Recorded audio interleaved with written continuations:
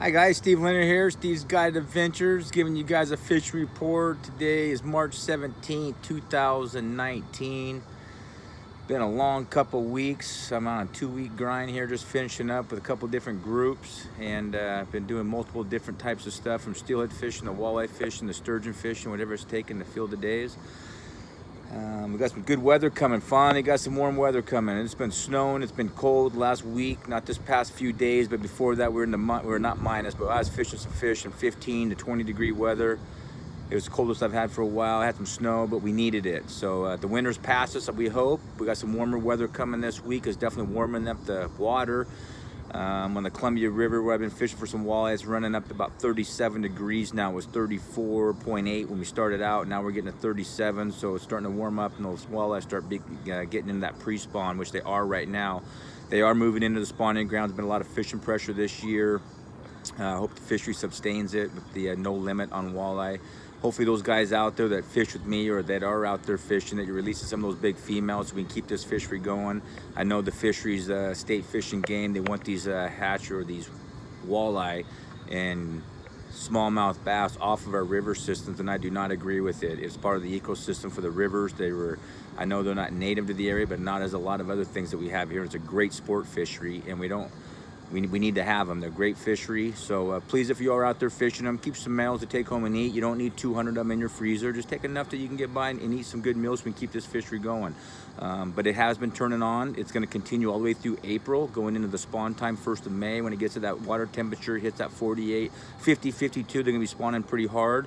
And then it'll kind of die off after that. After the females, they get beat up pretty bad by the males. They hit them pretty hard to get the eggs to spawn out and get them out of them and stuff. So they take a pretty good beating, and then they'll go back to deep water as after the spawn and go rest and stuff. And you'll get into a lot smaller males during the summer months after that. But it's been going. I've been jigging, doing a lot of jigging on my Lamiglass jig rods. They're awesome, sensitive rods, 6.5 foot. Been doing some worm harness trolling with some max lures, smiley blades, some pill floats, just different combinations of stuff. What you need is a real slow troll this time of year, so I like to use stuff that floats, that goes real slow. I got my bow mount Minn Kota that I'm running that's got boat control, so it's everything for the walleye fishing and the jigging and all that stuff. We've been doing a lot of steelhead fishing also. I'm fishing on my Clackacraft drift boat. I got an 18 footer. It's a Clackamax. It's an awesome boat. Fishes 3 guys plus myself, so 4 total. It's a fishing machine. I've been bouncing back and forth with a couple different rivers, and the Sandy, the Klama, just different ones that to try to pick some fish. If nothing's red hot, one day we'll get 3 or 4, one day we get 1. So you just never know. I did some videos on my last posting on my Facebook page at Steve's Guided Adventures, and we had some fish on yesterday. We lost every one of them. It happens. It's the way it is. It's not my client's fault. It's just steelhead fishing. They run the boat, they jump, they cartwheel. You've seen some of them in the videos, and then it happens. So it's just part of it. But we had a great day of fishing the last couple days here, and even last week. So the steelhead's going to continue through March, going into April. The springers start showing up, or summers, whatever people want to call them. I call them springers through May.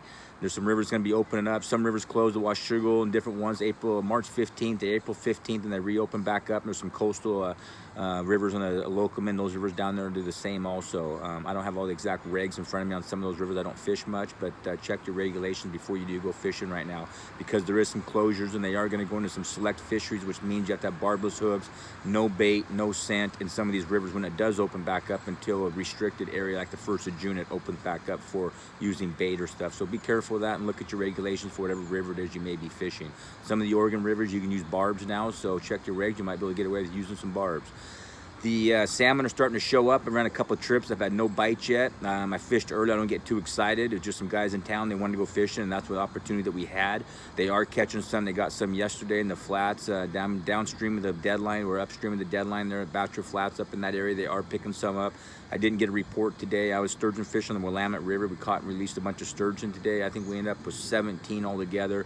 And the tide died off about noon. If we had more tide running, we could have got more fish. But once the tide dies, then the bite's pretty much over. So my guys had to get back to California. That long drive ahead of them. They fished a couple hard days. We fished them hard yesterday, so they were happier and all get out, and fed them a barbecued hamburger lunch and sent them on their way. So But the springers are going to continue. They're just going to heat up. The Columbia's going to go to April 10th, they say. I don't think they'll keep it open that long. They may. But it's not, the season is not closed just because the Columbia River closes. People think they get an interpretation on that. All the other rivers in Oregon and Washington are open. They're going to continue all the way through. There's no quota on them. There's a limit on some of them for 1 fish or 2 fish. I'm doing the Willamette, Multnomah Channel. We got Wind River, Drano, Lewis River, and the Cowlitz River shut down this year. It's just low numbers of fish. Hopefully these fisheries get it turned around and get this management stuff going and start producing some fish. We need some fish in our river systems around here. So unfortunately, that's what we're going on. I'll be doing a little bit on the clam also. Another really frustrating thing is the Washington State Fish and Game. I had the last meeting in Spokane, Washington, where none of us guys can get to it, and that's how they set it up. They overrode all of the gill netting, so they're going to let the gill nets back in the Columbia River. I'm not totally against gill nets, and a lot of people are. The only thing I have a problem with is when we have not restricted, but small runs or wild fish coming through, that they're letting them net at those times, and that's a very frustrating thing. The fall is the time they'd be doing it. There's a lot more fish, and there's no wild fish in the system at that time of the year. They let them back in. They're going to have a springtime this year. They got summer fish they're going to be able to do, and our numbers of fish are way down this year, so they're going to take a bunch of these fish, and they're going to take it away from the sport fisherman's quota.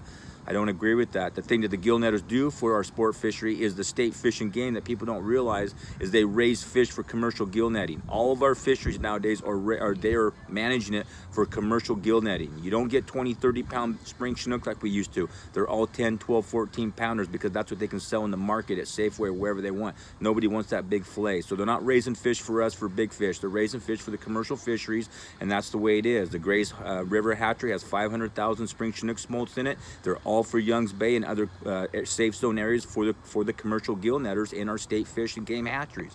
I just want to educate all you people out there that you may not understand all this stuff, but do your research or call me or call other people that do know, and I have some answers from people that can answer those questions for you. But we need to get going on this and get behind everybody. We need to come as a group together and keep calling and stuff. So it's a very frustrating thing. We have our Columbia River endorsement that we have to been paid. We've been paying for 5 years to subsidize these commercial gill netters. The average boat makes $5,000 for the season. We were going to pay them off and put them in their backyard until the fall season where they can come out and fish and make some more money. The spring and summer, they're not making that much money for the amount of boats that's out there fishing them, and we're going to subsidize them with this money. Well, it never happened. So the Oregon and Washington State Fish and Game has been taking our Columbia River endorsement money and not putting it to what they said they were going to put it towards. It's fraud. So now they have all this money that they can't tell you what they're going to do with it. And these two guys, I don't have their names in front of me, I'm so frustrated about it, but these guys that made the decision for State Fish and Game in Spokane, Washington, and implemented another 2 years for us to pay for this Columbia River endorsement. Why do we have to pay if they're not going to get these gill netters off the Columbia River? We need some answers. I wish I had a client that was a billionaire or somebody out there. I know there's a sport fisherman out there that lives in Seattle, wherever it may be, that has more money than they know what to do with, and I wish I did, because I would donate some of this money to go in there and fight this and get it through legislation, because the State Fish and Game needs to stop what they're doing. We need somebody to help us out and step up that can help. I don't have the money to do it. I got the knowledge, and I got the go get it to get it done.